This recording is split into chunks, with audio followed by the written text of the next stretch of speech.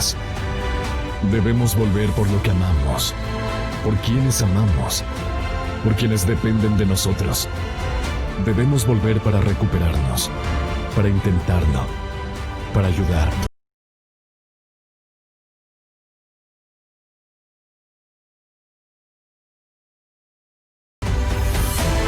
Seguros.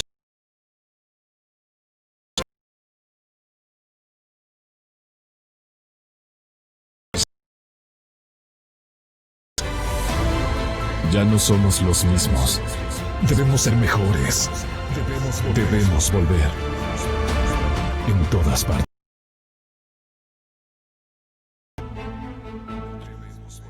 8:11. Y estamos ya de regreso en contacto con la concejala Luz Helena Coloma, el arquitecto Fernando Carrión, y también estaremos en contacto con la doctora Ana Paulina Celi para ver la parte técnica, ¿no?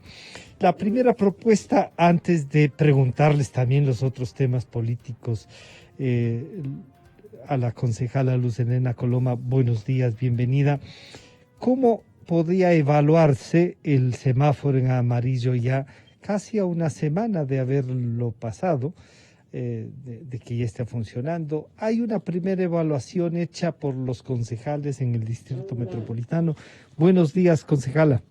Muy buenos días y muchas gracias por este espacio. Sí, justamente ayer en Consejo recibimos varios informes sobre movilidad, sobre control de espacio público, sobre la operación del aeropuerto y yo creo que ha sido una semana positiva y de adaptación, por supuesto, a esta nueva realidad. Me atrevo a decir que la mayoría de quiteños se han comportado, han acatado las medidas, se cuidan, usan la mascarilla.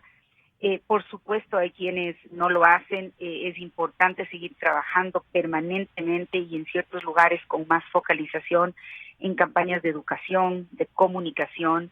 La Agencia de Control nos informó que ha entregado 250 exhortos para cumplimiento de las normas sanitarias. Este es un tema de corresponsabilidad ciudadana. El transporte público ha transportado alrededor de 540,000 personas al día, con el 50% de la flota convencional, el 60% de la municipal. Se han habilitado ciclovías, la gente está usando bicicleta también. Yo ayer que estuve en Quito me pude dar cuenta, digamos, de dos, por los lugares en los que circulé, como digo, hay lugares de mayor aglomeración y complejidad, sin duda, pero de mucha gente más del número normal usando bicicleta.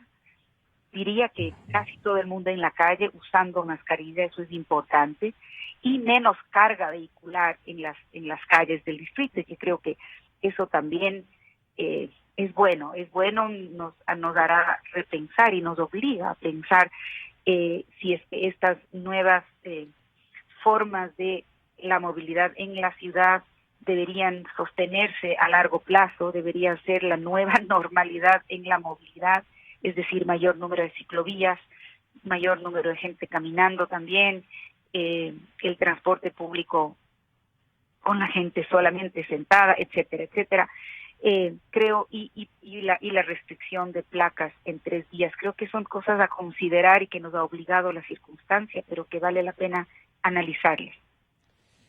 Bien, entonces, a partir de este diagnóstico y que en algunos casos hay que valorarlo, la concejala Coloma nos decía, se están cumpliendo. Arquitecto Carrión, si es que esto está resultando positivo, pero claro, nos deja ya una especie de propuesta, diríamos así, la concejala, cuando nos dice, bueno, podríamos pensar en que esta debería ser esta nueva normalidad. Pero entonces esta nueva normalidad va a requerir de más recursos porque no se puede funcionar con los que tenemos. Y claro, uno dice, la bicicleta sí se aumenta, pero le pongo mi caso, de Llano Grande no puedo venir en bicicleta. Arquitecto Carrión, bienvenido, buenos días. Buenos días, Francisco. Un saludo cordial a Luz Helena Coloma y obviamente a toda la audiencia. Sí, yo creo que el caso de Quito ha sido un caso interesante desde el principio, porque nunca llegó a tener unos grados relativamente elevados de contagio, pues se estima alrededor de un 7-8% a nivel nacional, mientras Guayaquil tuvo un estallido muy fuerte, que por suerte ya ha sido controlado y se está entrando en una situación mucho mejor. Pero el tránsito de ese momento, que fue prácticamente de clausura, de cuarentena, hacia esta nueva situación en la que estamos, me parece que vale la pena resaltarlo, porque el alcalde de la ciudad siguió un proceso muy interesante donde concitó una reunión entre médicos, científicos, doctores de universidades con las élites económicas, donde aparentemente era irreconciliable encontrar una salida y francamente se la encontró. Fue un punto medio en el tiempo de lo que uno planteaba y el otro también, y se encontró también un semáforo amarillo, como se definió, no exactamente en los términos que el gobierno había planteado, sino modificado. Una vez que se llega a ese acuerdo, se va al Consejo Municipal y también se logra un consenso en el Consejo, es decir, uno podría decir que hubo un acuerdo político. E inmediatamente después, con ese acuerdo político, se va al COE metropolitano y se logra también un acuerdo con el COE en términos de esta modificación. Eso me parece a mí que es de resaltarse porque... ¿Se valoraría ahí renunciamientos políticos, Fernando? Yo creo que ahí primó la hieresis, primó encontrar soluciones colectivas, y yo creo que eso muestra que efectivamente en Quito, en el Ecuador, sí se puede llegar a acuerdos.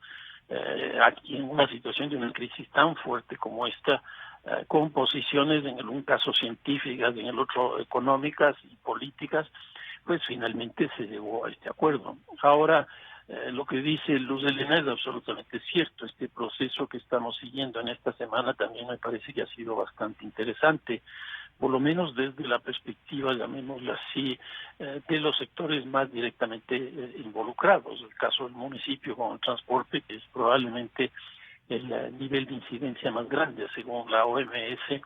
De la información que maneja la OMS, el 62.8% de los contagios en el mundo se ha producido en el transporte colectivo, y entonces el manejo de la movilidad es un tema absolutamente clave. Aquí el municipio está trabajando ya en ciclorrutas, ciclovías, son más o menos 60 kilómetros, un poco más de 60 kilómetros, para que se entre en la línea de la movilidad sostenible, o lo que los técnicos llaman dar la vuelta a la pirámide de movilidad. En otras palabras, que tenga más peso lo que significa lo peatonal, la bicicleta, el scooter, etcétera, por sobre el tema del automóvil privado. Y aquí quizás vale la pena señalar algunos datos que me parece que son importantes. La movilidad en Quito, el 62% la hacen más o menos 3.000 buses. 62%, 3.000 buses. Y el 22% lo hacen 530.000 vehículos. Aquí hay un problema, y eso hay que resolverlo independientemente del coronavirus o no. El segundo dato que a mí también me parece que es muy importante es que en el caso del metro es una inversión de más de $2.000 millones, que potencialmente, según las estimaciones de la administración municipal pasada, iba a movilizar alrededor del... Eso no se va a lograr. Si se logra un 10-12% será mucho, pero con las restricciones del coronavirus eso tendrá que bajar un 30% más o menos. Pero lo interesante de esto es que si uno compara con la movilidad peatonal es del 15%. O sea, en otras palabras, en el mejor de los casos, los $2.000 millones que se invertirían en el metro serían para mover el 15%. Y peatonalmente, este rato ya se movilizan el 15% de forma peatonal, pero no se ha invertido prácticamente nada ahí. Yo creo que esas líneas de la bicicleta, de lo peatonal, etcétera, tienen que ser fortalecidas en un futuro inmediato. Saludamos a la doctora Ana Paulina Celi. Doctor, en cambio, desde el punto de vista médico, técnico, del control de la epidemia, vemos que desde la administración, la concejala Luz Helena Coloma nos dice y valora la participación ciudadana, además, y encuentra algunas reflexiones. El señor arquitecto Carrión valora los acuerdos políticos, valora la posibilidad de este diálogo, y claro, eso nos hace reflexionar que entonces sí es posible esto. ¿Qué en cambio podría valorar desde el punto de vista médico, o estamos corriéndonos un riesgo al ir poco a poco relajando esto? Doctora, bienvenida. Buenos días, gracias por la invitación, saludo a los panelistas. El tema es el siguiente, como habíamos conversado en alguna ocasión anterior, cuando nosotros pensamos en abrir o relajar medidas, tenemos que pensar en 3 factores básicos. 1, el comportamiento de la población. 2, el estado del sistema de salud, o sea, cómo está el sistema de salud en una nación, de parroquia, provincia, en este caso provincia, estamos hablando de Pichincha, y en tercer lugar, cómo está el caso de los nuevos, o sea, la situación de los nuevos contagios, o cómo van creciendo los nuevos contagios. Entonces, siempre que nosotros pensemos en mantener, volver a regresar o relajar medidas, tenemos que pensar en las 3 condiciones. Cuando estamos hablando de la situación de la disciplina de la población, y ya Luz Helena nos ha dicho que ha habido una respuesta positiva, yo pienso que eso es una respuesta positiva sectorial, o sea, existen sectores donde está la situación, la respuesta mejor, hay otros en los que hay que trabajar bastante, entonces pienso que tienen las autoridades la medida clara de dónde hay que trabajar para que la gente sea más disciplinada con las medidas que se han tomado. En cuanto al sistema de salud, se han producido varias controversias en los últimos días entre los sectores de la academia, por ejemplo, y las autoridades sanitarias, y el día de ayer tuvo una entrevista el señor ministro de Salud dando la situación exacta del sistema de salud. Y nos habló de casi una saturación en Quito, ¿no? Sí, o sea, lo que nos habló es de que la saturación se tiene que medir en 2 medidas. La una es las camas hospitalarias disponibles para COVID en piso y las camas hospitalarias disponibles para COVID en UCI. Entonces, él había dicho que en este momento en Quito teníamos todavía, y había nombrado 19 para el día, 11 para el día sábado, y que pensaban llegar a 30 y algo el día de ayer, con unas camas que van a incrementar de ventiladores disponibles, que es bastante justito para la situación como se están presentando los contagios, pero de todas maneras él hablaba de que todavía había un margen de camas disponibles en UCI, que inclusive él había ofertado al sistema de salud privado, que sí está saturado en cuanto a las UCIs, había ofertado al Hospital Metropolitano y al Hospital de los Valles las camas públicas para el traslado de pacientes. Entonces, esto siempre al límite en este momento, todavía de acuerdo a lo que dice la autoridad sanitaria, con un pequeño margen todavía de camas en UCI disponibles, porque el problema es cuando se saturan las camas UCI, es cuando las personas empiezan a tener ya fallecimientos que no son los que se deberían producir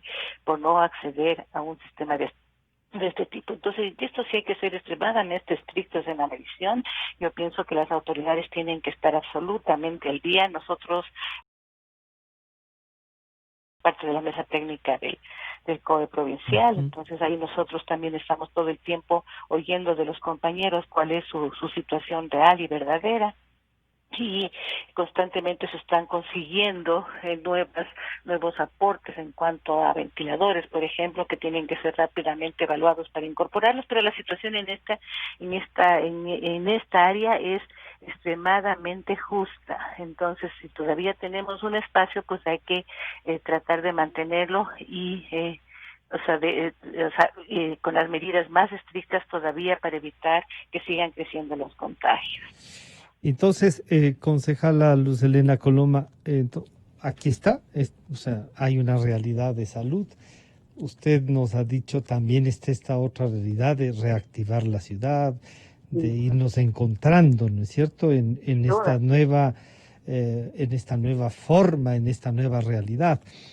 Pero frente a eso también usted encuentra una actuación de un municipio en donde tenemos un alcalde que dice, yo nombré a estas personas, pero yo no sé de esto, yo no sé de esto otro, pregúntenle a él.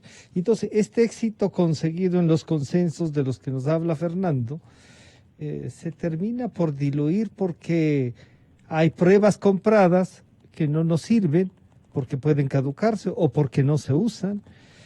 ¿Cómo están evaluando esa parte, Luz Helena? A ver, yo creo primero, sumando a lo que ha dicho Ana Paulina, a la doctora, a quien admiro muchísimo su trayectoria y su trabajo y su claridad, que en una situación como esta, más que nunca, hay que trabajar juntos gobierno central y gobiernos locales. Desde ese punto de vista, me parece que desde la Secretaría de Salud del municipio hay que juntarse a los esfuerzos que hace la Autoridad Nacional de Salud, ¿no es cierto? El COE provincial es una instancia de coordinación importante, el COE nacional, por supuesto, y el COE cantonal también. El Centro Bicentenario, hecho por el municipio, es un lugar adaptado por el municipio, es un lugar que tiene 370 camas, todas con líneas de oxígeno, de las cuales están ocupadas 22 hasta anteayer que estuve ahí.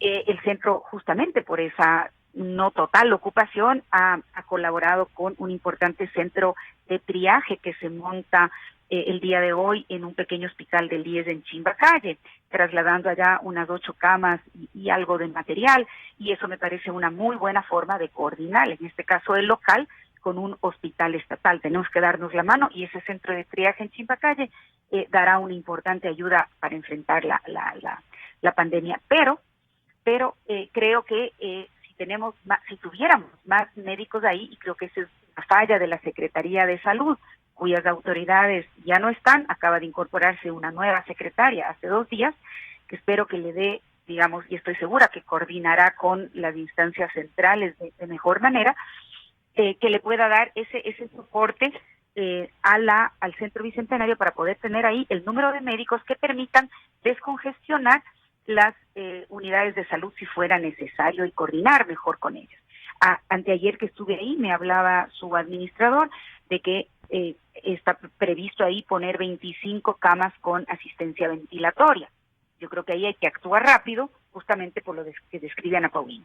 En el caso de las pruebas, yo creo que la Secretaría de Salud,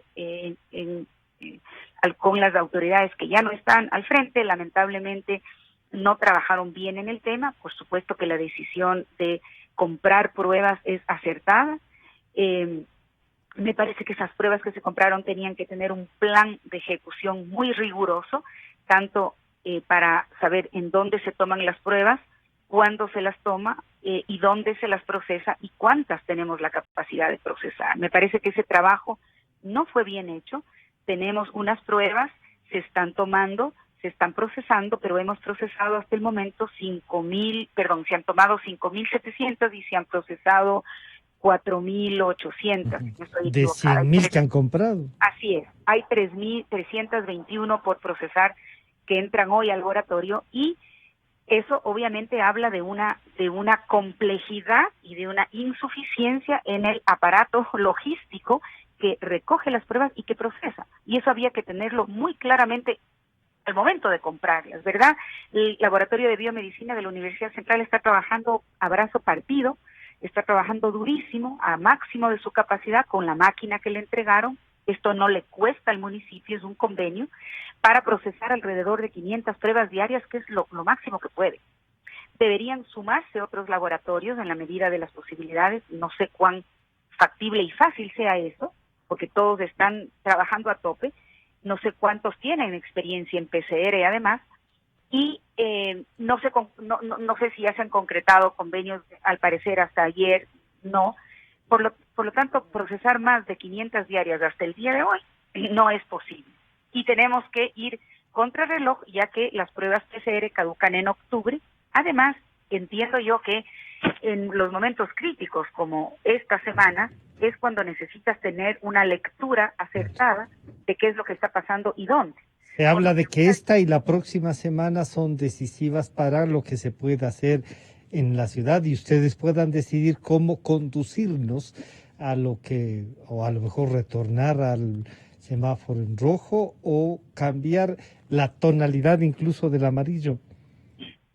Correcto, y la autoridad nacional está también sobre eso. Sin duda el aporte de la ciudad con esas 100.000 pruebas era enorme, porque el mercado mundial de pruebas es limitado, es saturado, ha sido muy difícil para los países acceder al número de pruebas Pero ideal. si compramos 100.000 para guardarlas, no sirve, concejal. Exacto, mi recomendación y mi angustia en este tema es, tenemos que encontrar la forma de tomar más pruebas y procesar muchas más diariamente. Si hay que aliarse con el Ministerio de Salud, con laboratorios privados, etcétera, hay que encontrar esa manera. Eso no se hizo bien desde el principio y obviamente hay que hacer esa observación. Nosotros como concejales, en un contrato de $4 millones, estoy obligada a hacer esa observación. ¿Me explico? Claro. Pero ahí entonces, arquitecto Carrión, hay dos cosas. Hay un tema de administración y este tema de administración choca con las urgencias que tenemos, además de que la ciudad debe seguir funcionando, entonces hay que hacer otras cosas. Pero se usa esto para un poco, en algunos casos, decir yo no tengo responsabilidad y uno dice, bueno, oiga, ¿y para qué le eligieron, no?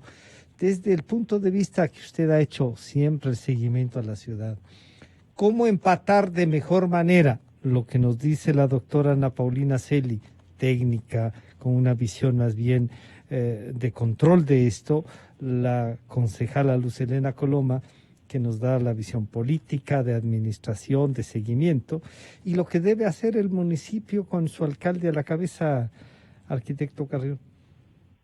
Bueno, yo creo que básicamente hay que tener, si se quiere, dos momentos explícitos para definición de política pública. Uno, primero, lo que significa la transmisión del virus, el contagio, etcétera, y lo segundo, lo que significa el tratamiento del mismo, para que no lleguemos a los niveles de letalidad. En el primer caso, de la transmisión del contagio, hay responsabilidades absolutamente compartidas entre la ciudadanía y el sector público. Por ejemplo, ¿qué es lo que ocurre en términos de la ciudadanía? Aquí básicamente lo que ya se ha planteado de forma generalizada son tres medidas: uso de la mascarilla, lavarse las manos y la distancia física o la sana distancia, que eso es una responsabilidad de la ciudadanía. También, en cuarto lugar, no estar en lugares con mucha gente concentrada, esto de las reuniones familiares, las fiestas, espectáculos, etcétera. Entonces, ahí hay una responsabilidad de la ciudadanía, pero por el lado de las políticas públicas, aquí hay algunas cosas. Por ejemplo, el tema de los test, de lo que se ha visto principalmente en los casos del Asia y principalmente Corea del Sur y China. Este fue un elemento absolutamente gravitante para que no se expanda el virus. Entonces hay que hacer la mayor cantidad de tests. Ayer estaba incluso leyendo un informe muy interesante respecto de exámenes que se hacen los residuos cloacales, es decir, en el alcantarillado, porque eso permite determinar justamente la contaminación que existe en determinados lugares de las ciudades, y ahí se ve si está subiendo o está bajando. Ya no se hace en términos personales, sino en términos... se puede tomar una muestra más global. Exactamente. Entonces me pareció una cosa muy interesante. En esto también del contagio ha entrado con mucha fuerza la tecnología. El caso de los celulares, aquí obviamente hay un debate respecto a los derechos individuales, que en el Asia la cosa es mucho más sencilla porque tienen otra estructura cultural y otra estructura política. Entonces yo creo que ese es un nivel. El segundo es ya el tratamiento, que ya depende de los sistemas sanitarios. Aquí me parece que se ha mostrado claramente que hay una necesidad de reconstruir, si se quiere, todo el sistema.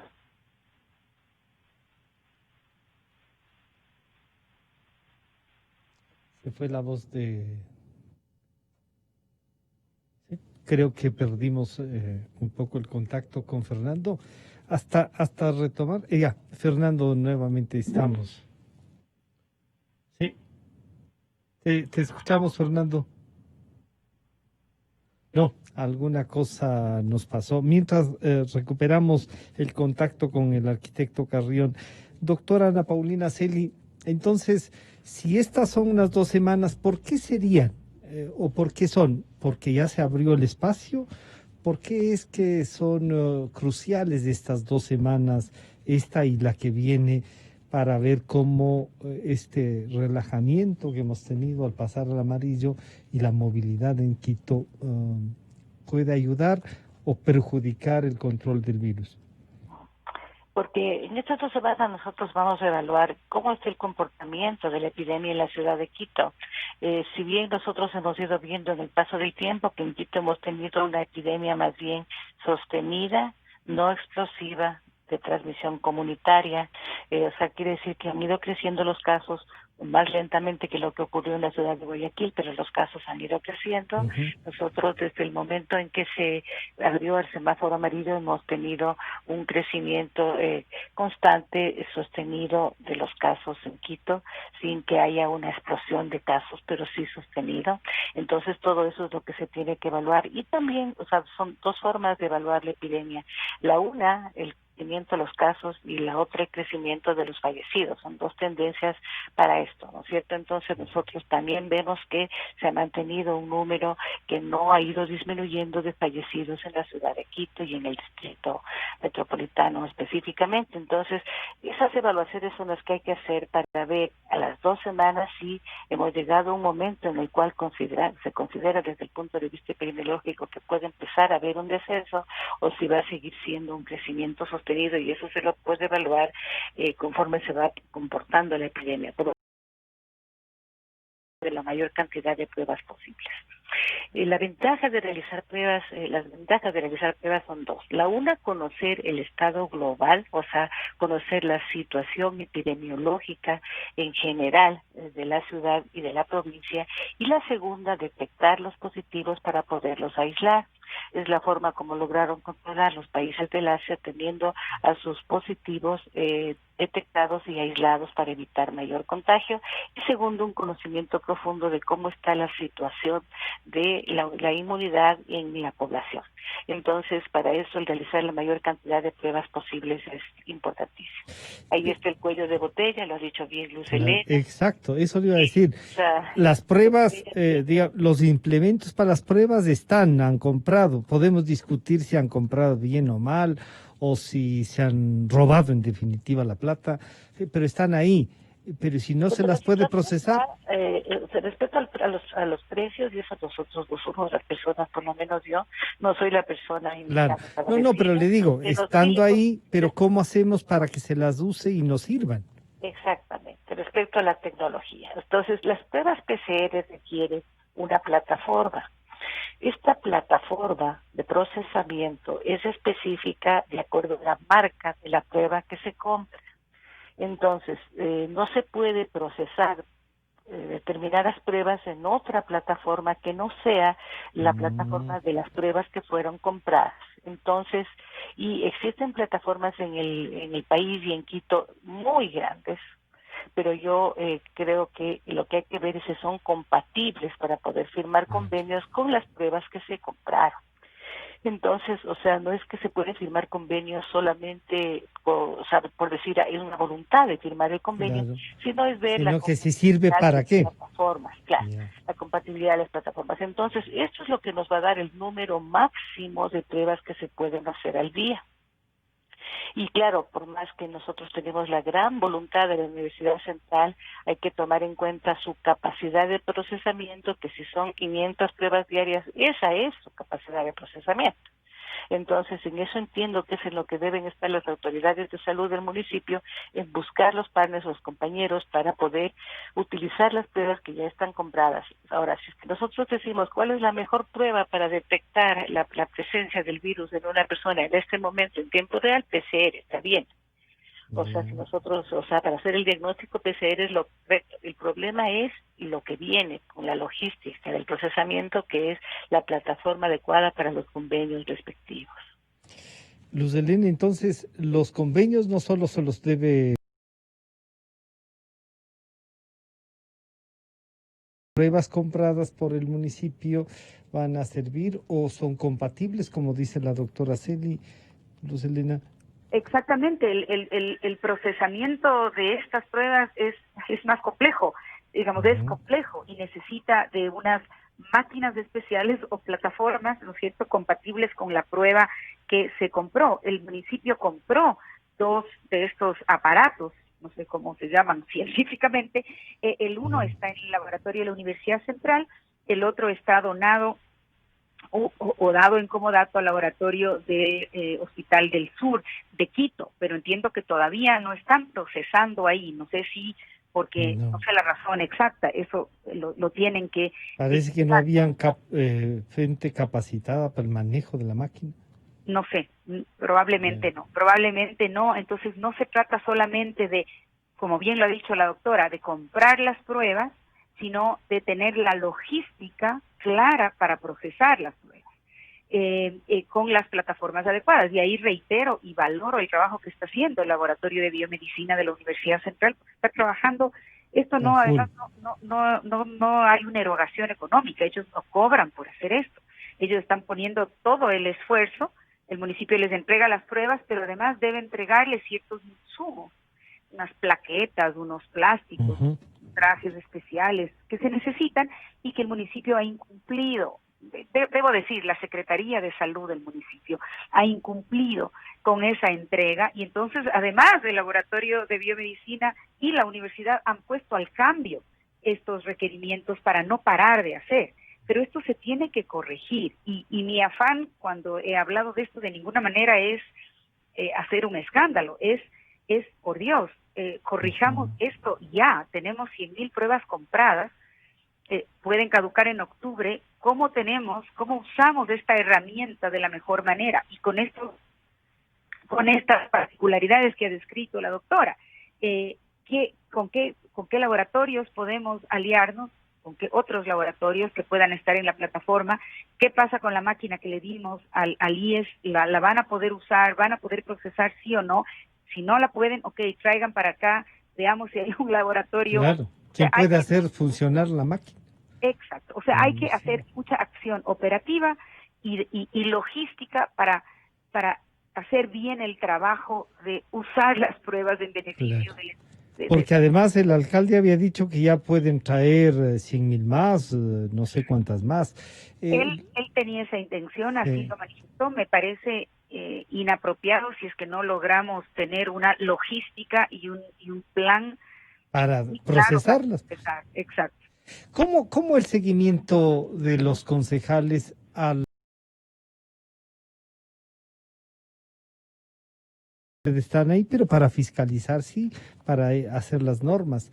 ¿Ese seguimiento está faltando en alguna parte, Luz Helena?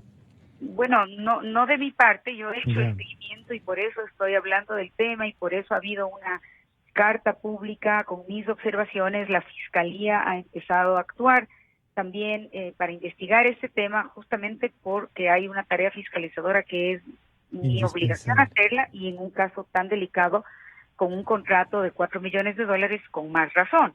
Pero sin escandalizar, pero sin dejar de escandalizarnos por lo que hacen. Correcto, ni afán de ninguna manera, y por eso lo primero que hice fue poner una carta al alcalde y a los concejales con mis preocupaciones, sin ningún, entre comillas, de escándalo ahí, porque de ninguna manera es mi objetivo, pero sí pidiendo esos correctivos y haciendo notar ciertas inconsistencias que yo encontré en el contrato. Más allá de eso, sí nos preocupamos, la Comisión de Seguridad, presidida por el concejal Abad, de que las pruebas en el municipio no se hacían, por ejemplo, a los agentes de tránsito que están, al cuerpo de agentes que están en la primera línea. Y hasta ese momento se habían corrido apenas 600 pruebas un mes después de que llegaron las 100,000. Yo entiendo que hay que ajustar los equipos, que hay que calibrar, como dijo el alcalde, y todo lo demás, pero creo que no está tanto ahí, sino en una falta de planificación y de logística que la Secretaría de Salud no contempló en su momento de manera apropiada.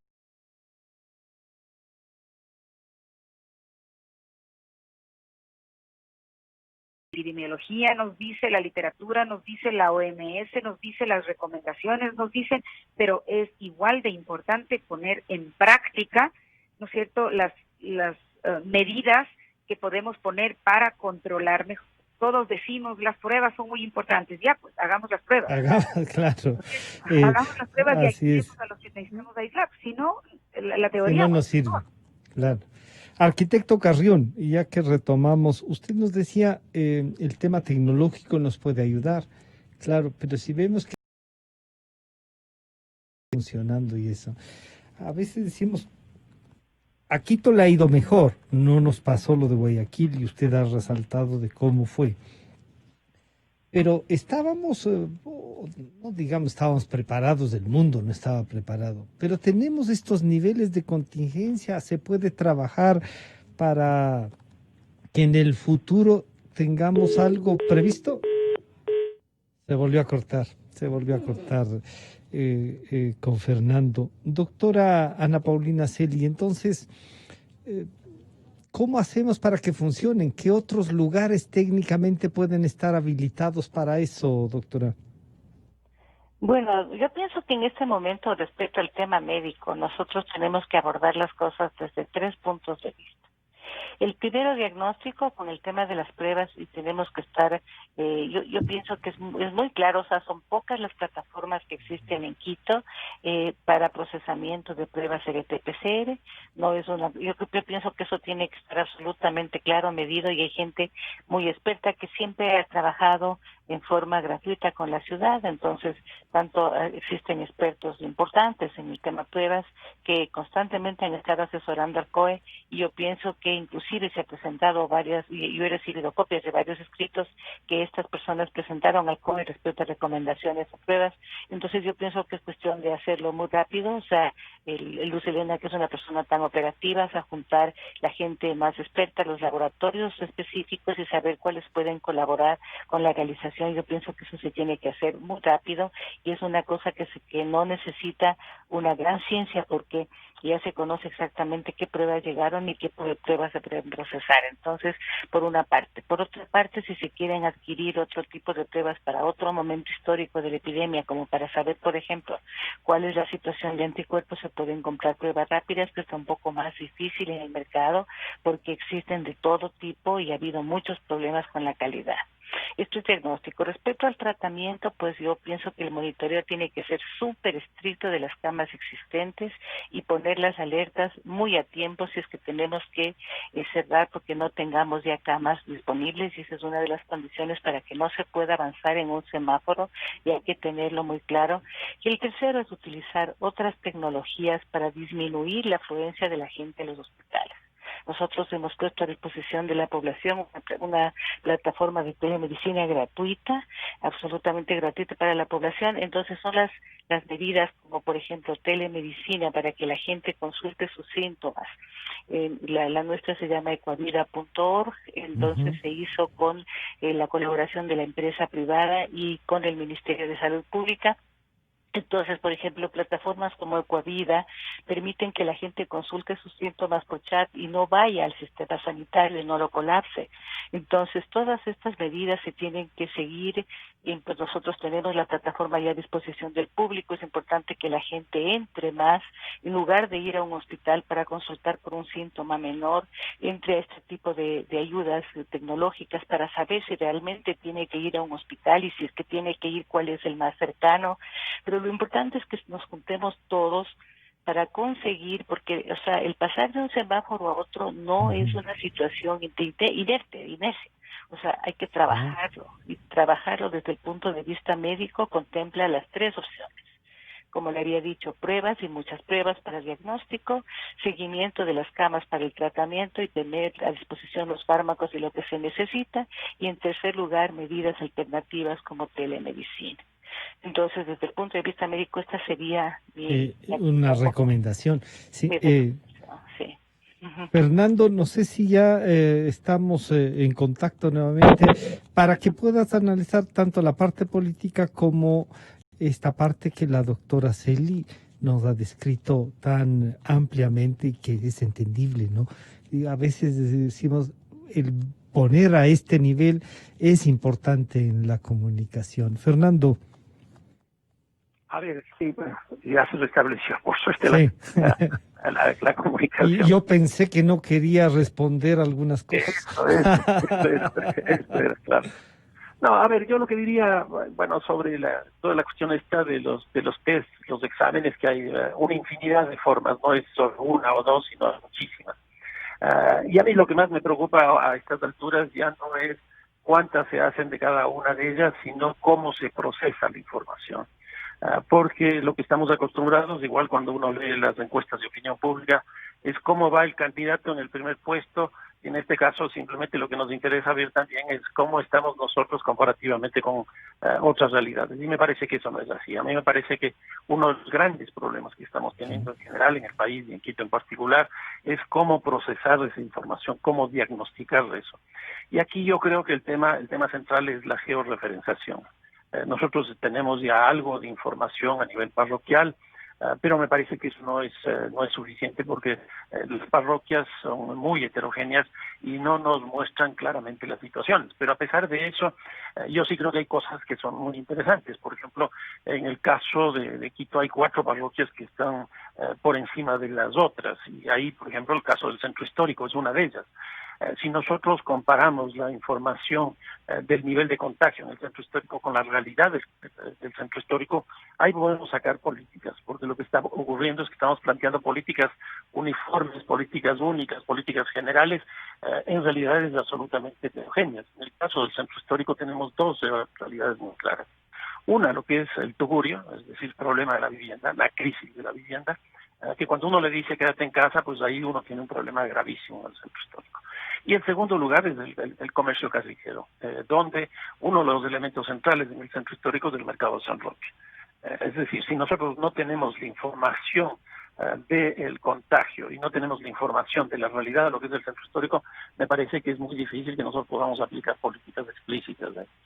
Luego tenemos, por ejemplo, en los 2 extremos norte y sur. El caso del sur está Quillo Gallo, que tiene también muy alta, y el caso de Cotocollao y Calderón Carapungo, que son 3 parroquias bastante similares en ese sentido, pero que la que tiene la mayor cantidad de población, que es más o menos 300.000 habitantes, es el caso de Calderón Carapungo. Entonces aquí nosotros tenemos que aplicar una política totalmente distinta. En otras palabras, a mí sí me preocupa, bueno, por un lado los test, los exámenes, como digo, son de una infinidad de formas, no es solo PCR, pruebas rápidas, tomar temperatura, y no hay una cuestión tecnológica muy fuerte, esto que conversaba hace un momento respecto de los residuos cloacales. Hay una infinidad de formas, pero a mí lo que me preocupa es qué hacemos con esa información. Y esa información tiene que servir para tomar decisiones de política pública, y me parece que ahí estamos cojeando. Hace un rato me quedé, cuando se cortó la comunicación, con lo del uso de la tecnología para ubicar a la gente. En el Asia es más factible, nos decías, Fernando. Sí, porque, por ejemplo, ahí se utiliza mucho la telefonía celular, porque con el mismo teléfono celular, no solo que uno sabe dónde está con el GPS, sino también le miden la temperatura y le comunican a la persona que está al lado, porque también tiene un GPS, de que se separe. Es decir, el manejo de la información en términos tecnológicos es impresionante. Por ejemplo, la toma de temperatura, hoy día hay múltiples formas, no solo con el termómetro que tenemos, especie de pistola que nos ponen de cada lado, sí, sino que hay infinidad de formas.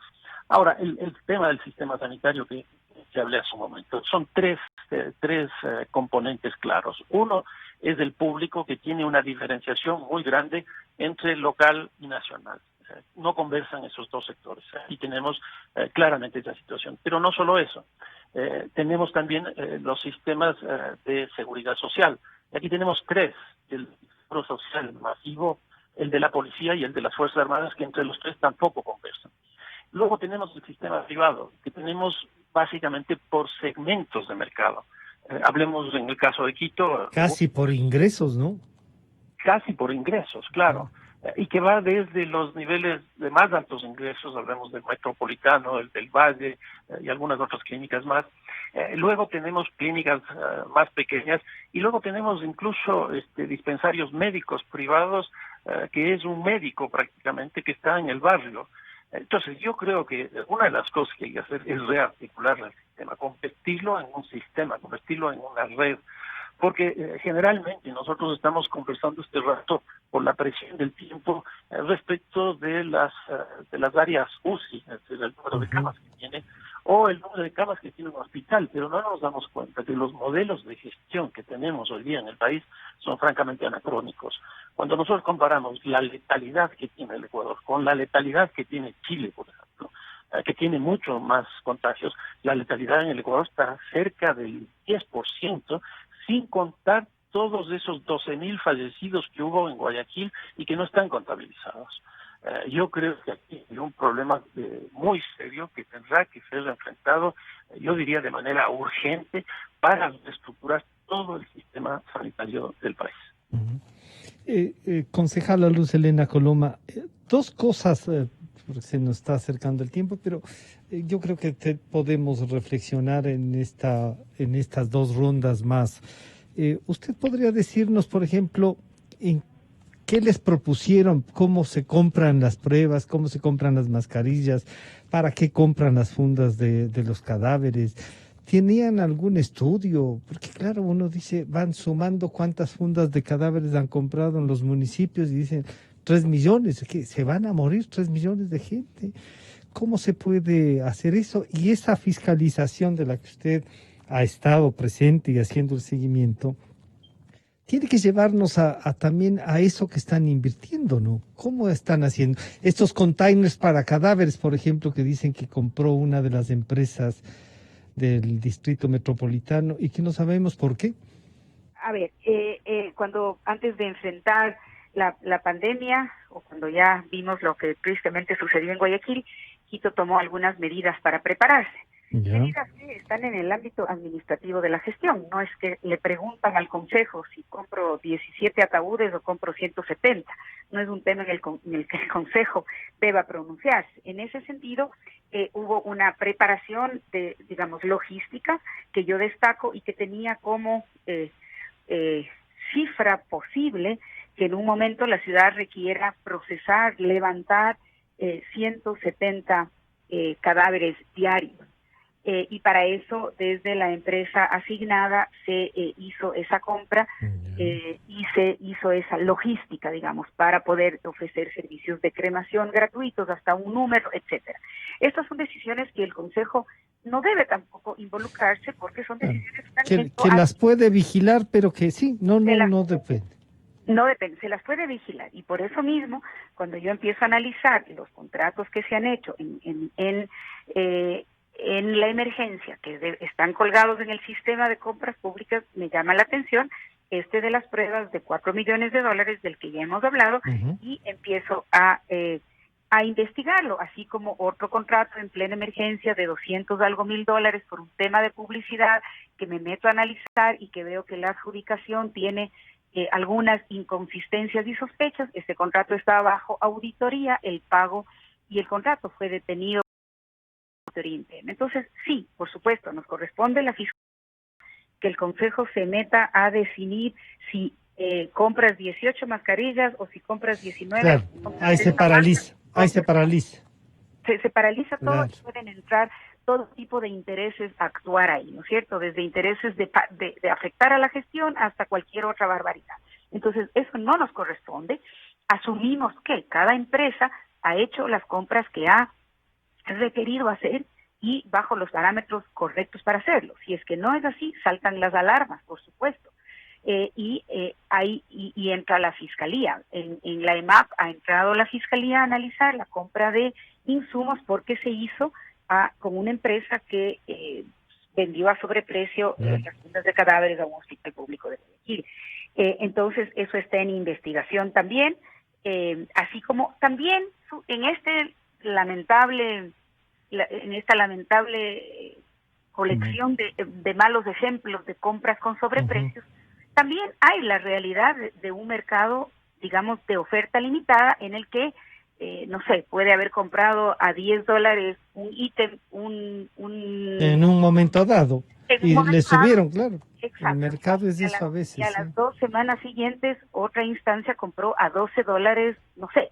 Pero Que, no a 40 por exacto, dar una exacto, esta. exacto, que no es un sobreprecio, digamos, grosero, pero que las fluctuaciones del mercado, la Puede demanda, ser. sí Debe han haber unos afectado. márgenes, ¿no? Entonces, en esta coyuntura hay que tener cuidado también de ese lodo que se puede echar Ujú. con ventilador por afanes ya de otra índole, ¿no es cierto? Y que no se compadecen con la realidad y con el trabajo serio de muchísimos funcionarios públicos, de muchísimos funcionarios municipales en este caso, que han entregado su tiempo, su esfuerzo a sostener la ciudad funcional, a sostener la ciudad operativa en tiempos muy duros y de la cuarentena, lo ¿Ha cual hay que hecho, destacar. concejal, ha hecho algún seguimiento a este tema de los contenedores estos de la empresa? Me parece que Mir, No, no, ¿no? no personalmente de eso. Hemos pedido como consejo la Ya. información, sí, de todos los contratos que se han hecho a propósito de la emergencia para hacer un análisis más prolijo. Las empresas tienen sus directorios, es de suponer también que los miembros de los directorios de las Estén haciendo su rol, ¿no? exacto, hacen un análisis más prolijo de lo que se ha comprado. Si es que la ciudad tiene que prepararse, y se ha preparado para escenarios complicados, sobre todo mirando lo que sucedió en Guayaquil, que justamente las funerarias llamadas a hacer su trabajo decidieron no Cerrar, trabajar, sí, claro. Sí, no sí. hacer su parte del trabajo y entonces tuvo que la policía, los militares empezar a hacer el trabajo de recoger cuerpos en una situación monstruosa y obviamente eso le sirvió, digamos, a Quito como un referente terrible para tomar unas medidas de preparación que hasta el Luz momento Elena, están funcionando. Luz Elena, ¿habrá afanes políticos también en el Consejo? Y que además, claro, funcionarios que dan pábulo para eso, que quieran aprovecharse políticamente para, o unos para controlar, u otros por publicidad pura. Lamentablemente en un año electoral, preelectoral, eh, no faltará quien quiera elevar, entre comillas, su perfil, eh, alzando la voz en temas relacionados a esta realidad dolorosa.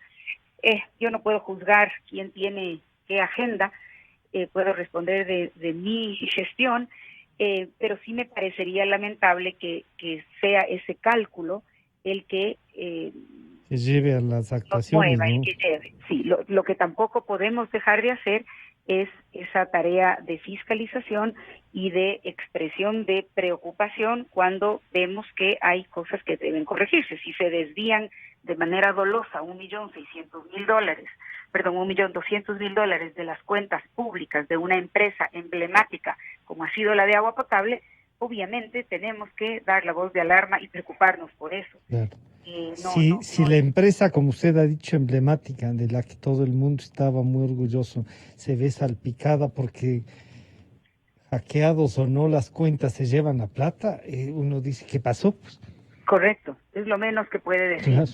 No puede quedarse en silencio y esos correctivos del propio alcalde ha sido quien ha tomado acción en eso y quien tiene que ponerse al frente para que en este caso se puedan hacer las gestiones para Para recuperar. recuperar y meter a la cárcel a los que han estado. Sin duda, sin duda, sin duda, sin duda, Ya. sin duda. Así tiene que ser. Doctora Ana Paulina Celi, saliendo de esta parte política, de estos conflictos, ¿no? En la parte técnica, en cambio, usted nos ha dicho clarito qué es lo que necesitamos, cómo debemos aportar, qué nos recomienda la ciudadanía, en cambio, para sumarnos en este aporte técnico de la autoridad y del comportamiento en general. Bueno, yo pienso que en las epidemias ha habido las etapas en las cuales la gente ha tomado muy en serio las medidas y las etapas que se llaman de relajación. Existen interesantes estudios que estuve revisando yo la semana pasada sobre la parte psicológica y psiquiátrica de restringirse en hacer o regirse a hacer las cosas que la autoridad dice. Y psicológicamente la gente tiende a perder el miedo. O sea, el miedo tiene 3 fases: el miedo intenso, que es el primero cuando aparece una cosa nueva que nos amenaza; el segundo es el acostumbramiento; y el tercero es el perder el miedo, lejos de que la realidad diga que debemos perder el miedo. Lo cual quiere decir que podemos estar en Quito en esa etapa en la cual la gente está perdiendo el miedo al virus, perdiendo el miedo a la posibilidad de contagio, porque eso es una respuesta psicológica propia del ser humano. Es muy Ya. importante en eso la campaña de comunicación. O sea, no se descuide, no ha pasado, existen contagios sostenidos en Quito, tenemos nuevos casos, los fallecidos no han dejado de existir. Entonces, eso es lo más importante, que la gente no se relaje, porque la psicología dice que no hay mal que dure 100 años ni cuerpo que lo resista, pero no Ya. estamos en el momento No. de perder la fuerza en cuanto a en este sentido. En segundo lugar, el miedo excesivo hace que la gente acuda a centros de salud sobresaturados. Como digo, utilizar sistemas como telemedicina, muy importante; utilizar su médico de familia, muy importante; seguir los consejos. Hay que tomar en cuenta una cosa que nos estamos olvidando: los contagios que hemos visto nosotros todo el tiempo. Si yo ingreso a hospitalizar un miembro de una familia, con toda seguridad, en la siguiente Más. semana ingresaré 5 más. Entonces, el contagio intrafamiliar es muy importante. Entonces, tomar todas las medidas si yo tengo un familiar positivo, que esa es una de las cosas más difíciles de hacer en una población. Y en tercer lugar es el tema de las empresas. O sea, las empresas tienen que estar muy claras de lo que tienen que hacer para recibir a sus trabajadores. O sea, y esos protocolos deben estar escritos antes de que los trabajadores lleguen, porque, o sea, nosotros contribuir con el trabajo al contagio no es lo que se desea. Pero también es importante, y eso sí es un poco una crítica a las autoridades, el que nos diga Luz Helena que tenemos 370 camas con oxígeno, lo cual sabemos, 22 de las cuales están ocupadas, es una cosa inaudita, viendo que nosotros mismos, los Ujú. médicos que estamos en primera línea, constantemente estamos haciendo una suerte de selección horrible, de decir, sabe que no puedo ingresarle a usted, vaya, busque otro sitio porque no tengo espacio. Entonces, si podemos mandar allá, pero hemos visto el obstáculo de que cuando la gente va al Bicentenario, les exigen que tengan una remisión de parte del Ministerio de Salud De Pública. salud.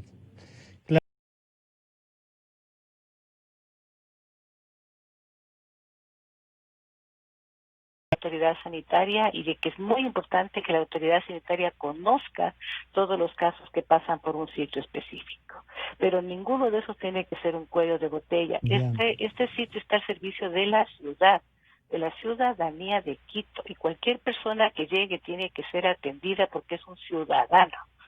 Y todo lo demás se tiene que tratar de aligerar la parte de la carga administrativa para que este centro funcione. Porque miren, o sea, los centros de triaje en todas partes del mundo son los que han salvado la situación en el momento de las epidemias. Y si en algo ha contribuido los centros de triaje en la ciudad de Guayaquil, han sido en bajar la cantidad de gente en los hospitales. Por eso es que ellos ya no tienen una sobresaturación, Ujú. en cambio tienen una ocupación del 100% de los centros de triaje. Entonces, son cosas que dentro del mismo país se pueden aprender. O sea, ellos han cometido errores grandes porque todos hemos ido aprendiendo, pero también han tenido aciertos y nosotros también. Pero es importante que tomemos los aciertos y los asimilemos para acá. Y eso de los centros de triaje es uno de los elementos que está por desarrollarse para que esto se implemente mejor.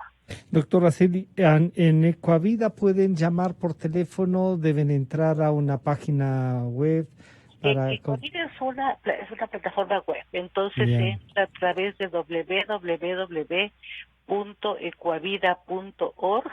La ya. persona llena sus datos, inmediatamente pasa a identificar sus síntomas, con inteligencia artificial se le clasifica si es una persona que tiene riesgo bajo, medio o alto de tener COVID, y a cada uno de los segmentos se le da el tratamiento específico. En riesgo bajo, recomendaciones: quédate en casa; en riesgo medio, contestar sus preguntas; y en riesgo alto, chat inmediato con un médico en tiempo real. Entonces tenemos ya 25 días de funcionamiento, hemos atendido más de 7,000 personas con chats, con contacto con la plataforma, han entrado 25,000, han cliqueado, o sea, han llenado síntomas más de 6,000, y lo que hemos podido ver es que hemos logrado evitar que más de 5,000 personas vayan al sistema de salud. Entonces, es eso importantísimo. pero necesitamos masificar muchísimo más. Es una plataforma que puede soportar hasta 700 personas diarias, 700, 800 diarias. Entonces, ayúdenos ustedes para que la gente entre a Ecuavida, que es gratuita, y de esta manera también colaborar con el municipio, porque nosotros tenemos un sistema en la plataforma de georreferenciación, y si la persona está cerca le va a decir, este es el centro de triaje más cercano, este es el dispensario más cercano o el hospital más cercano, el médico que le va a atender. Entonces, esta es una herramienta bien valiosa. Y claro, que además deberíamos irla ampliando y implementando, ¿no? Como política permanente. Sí, nosotros tenemos de aquí previsto el funcionamiento por lo menos hasta diciembre. Entonces, más bien necesitamos toda la ayuda y la sinergia con el municipio para que la gente entre a la plataforma, ¿no? Y de esta manera, y los medios igual, estamos comprometidos con eso. Sí, por favor, o sea, porque para nosotros que entre más gente es importante, porque tenemos la capacidad y estamos esperando, sobre todo el sector más vulnerable de la población. Entonces, o sea, es importante que los que realmente requieran, en lugar de estar en un triste peregrinaje por los centros de salud colapsados, puedan ingresar. Y que eso es una de las llamadas que hago a la ciudadanía y a los medios, ¿no? Estamos en un trabajo intenso, un trabajo absolutamente, esto ha sido un ejemplo de gente que quiere colaborar, si no puede con dinero, con su tiempo, y las empresas han dado tiempo de trabajo del mundo de gente que está trabajando con la plataforma gratuitamente. Por eso es que se puede hacer el servicio gratuito. Y de parte de los medios lo que les pedimos es la colaboración para la difusión. Y en eso estamos. Arquitecto Carrión, con usted terminamos este diálogo. Entonces, las perspectivas y las recomendaciones que puede hacer usted, que es un estudioso de la ciudad. Futuro inmediato en el país, simplemente por la presencia de múltiples crisis que están asolando. Y aquí, pues, empezar con la crisis social que, según los especialistas, nos dicen que probablemente hasta fin de año vamos a tener una pérdida del empleo entre 600 y 750,000. Ya hemos perdido cerca de 180,000. Bueno, es una cosa absolutamente dramática, lo cual va a aumentar la pobreza. Una segunda dimensión es la económica. El Fondo Monetario nos señaló de una forma benevolente, ¿no? Que la crisis en el Ecuador iba a ser del 6.3%, pero el Banco Central acaba de decirnos que probablemente sea 9.6% hasta fin de año. La Caja Fiscal Nacional tiene problemas muy fuertes porque tiene un déficit de alrededor de 10 a 12 mil millones de dólares. Eso es alrededor del 30% del presupuesto. Lo que va a ocurrir es que no van a haber transferencias del gobierno nacional a los gobiernos locales, o si las hay, van a ser bastante limitadas, con lo cual la capacidad de respuesta de los municipios va a ser muy limitada. Y la tercera dimensión, que muy poca gente la está planteando, es la dimensión política. Yo creo que incluso los ecos o la contaminación de la política electoral ya está presente este rato en esta coyuntura. Y aquí hay dos grandes problemas. Uno es la gran dispersión de organizaciones políticas. Se habla de más de 300 operadores políticos. Yo me pongo a pensar en las elecciones del 7 de febrero, una campaña electoral con, no sé, 18 o 20 candidatos, y que los que pasen a la segunda vuelta tengan alrededor del 20%. O sea, la legitimidad va a ser muy precaria. Claro, la ventaja que hay ahí es que hay segunda vuelta. Claro. Pero el problema principal, Francisco, ahí va a ser la composición de la Asamblea. Si la composición de la Asamblea hoy día es altamente fragmentada, la composición de la Asamblea en el próximo proceso va a ser dispersa total. Exactamente. Entonces, en ese contexto político, una iniciativa del Ejecutivo difícilmente va a pasar por la Asamblea. Y lo que vamos a tener son imposibilidades de construir consensos. Yo le tengo mucho miedo a la crisis política, porque además está muy construida sobre la base de oficialismo oposición, que es una cosa paradójica, porque tenemos 300 organizaciones políticas y por otro lado tenemos una expresión política de eso absolutamente polarizada. En otras palabras, creo que el plazo inmediato, yo diría por lo menos hasta fin de año, va a estar compuesta por estas tres crisis, más obviamente la herencia de la crisis sanitaria, y en ese contexto vamos a tener que movernos. Queremos agradecer al arquitecto Fernando Carrión, a la concejala Luz Helena Coloma y a la doctora Ana Paulina Celi. Muchísimas gracias por compartir y reflexionar con nosotros. Este es el aporte de este día y como nos recuerda Gonzalo Rosero, siempre buscando la verdad. Hasta el día de mañana. Prepárate para volver. Enfrentaremos nuevos y mayores retos, pero debemos volver a un mundo diferente, pero debemos volver. Debemos volver por aquello que nos apasiona, por lo que mueve nuestro corazón.